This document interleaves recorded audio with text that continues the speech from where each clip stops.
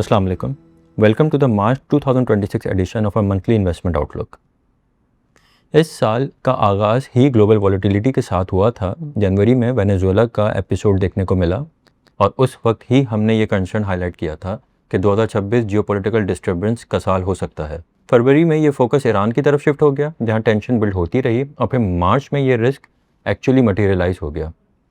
For Pakistan, the issue is just not about the war itself, but its impact on energy prices. Straight of हार्मोज की disruption की वजह से oil prices significantly pushup हुए हैं, और पाकिस्तान जैसी इकोनॉमी के लिए जो ऑयल इंपोर्ट्स पे हैवीली डिपेंडेंट होती है, ये डेवलपमेंट काफ़ी क्रूशल है।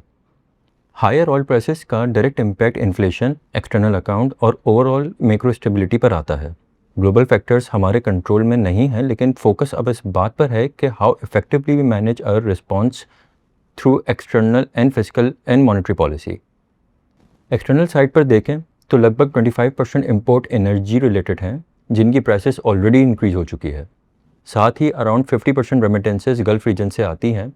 Any slow down in the gulf region can impact remittances inflow, so effectively both sides of the external accounts are under pressure. इस सिनेरियो में इम्पोर्ट कंप्रेशन स्ट्रेटजी बहुत important हो जाती है, यानी डॉलर आउटफ्लोज को कंट्रोल में रखना, even if it comes at the cost of short-term growth. It's crucial to control external pressure, वरना एनर्जी ड्रिवन इन्फ्लेशन के बाद डिवैल्यूएशन ड्रिवन इन्फ्लेशन का एक नया राउंड शुरू हो सकता है। फिजिकल साइड पर गवर्नमेंट ने कुछ वीक्स प्रेशर एब्जॉर्ब किया था by not fully passing on the fuel price increase. इससे आवाम को शॉर्ट टर्म रिलीफ मिला, लेकिन ग्राउंड रियलिटी ये है कि पाकिस्तान के पास इतनी फिजिकल स्पेस नहीं है कि ये सब्सिडीज लॉन्ग टर्म सस्टेन की जा सके, and thus the subsidy had to be reverse, which we saw in the shape of increasing fuel prices. Monetary side पर tightening clearly on the cards है। Bonds market ने इसे पहले ही price in कर लिया है, जहां यील्ड्स इंक्रीज हो चुकी हैं। Rate increase will help to support currency and to control demand. Despite these challenges, there are some important positives. Pakistan has secured staff level agreement with IMF। Around $1.2 billion के inflows expected हैं, जो market confidence के लिए important anchor है। The current account for February has been better than expectation with a surplus of $427 million. 8 months का cumulative current account deficit अभी भी $700 million के पास contained है। इससे ये comfort मिलता है कि FY26 का current account deficit 1% of GDP के टारगेट के अंदर रह सकता है।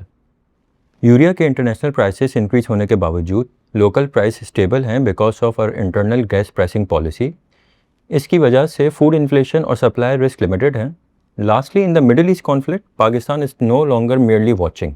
पाकिस्तान का डिप्लोमेटिक रोल इवॉल्व हो रहा है और actively ceasefire discussions facilitate कर रहा है, जो कि एक पॉजिटिव स्ट्रेटेजिक डेवलपमेंट है। अब मार्केट परफॉर्मेंस की तरफ आते हैं। मार्च में मार्केट ने नेगेटिव 11.5% का रिटर्न दिया, जो लास्ट 6 सालों का वर्स्ट मंथली परफॉर्मेंस है। लास्ट टाइम इतना शार्प डिक्लाइन मार्च 2020 में देखा गया था, कोविड-19 लॉकडाउन के दौरान।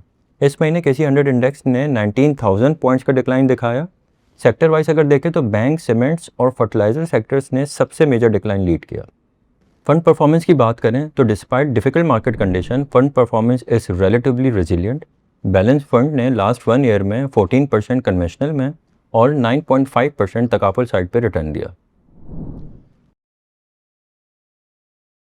फ्यूचर आउटलुक की अगर बात करें तो मार्केट लार्जली इवेंट ड्रिवन रहेगी और कुछ की डेवलपमेंट्स डायरेक्शन डिफाइन करेंगे। सबसे इंपॉर्टेंट होगा any meaningful development in the Middle East conflict. अगर नेगोशिएशंस या सीज फायर की तरफ प्रोग्रेस होती है तो ऑयल प्राइसेस में एक इमीडिएट करेक्शन आ सकता है, and over the months prices pre conflict level पर दोबारा आ सकते हैं। इससे इन्फ्लेशन और ओवरऑल सेंटिमेंट दोनों इंप्रूव होंगे।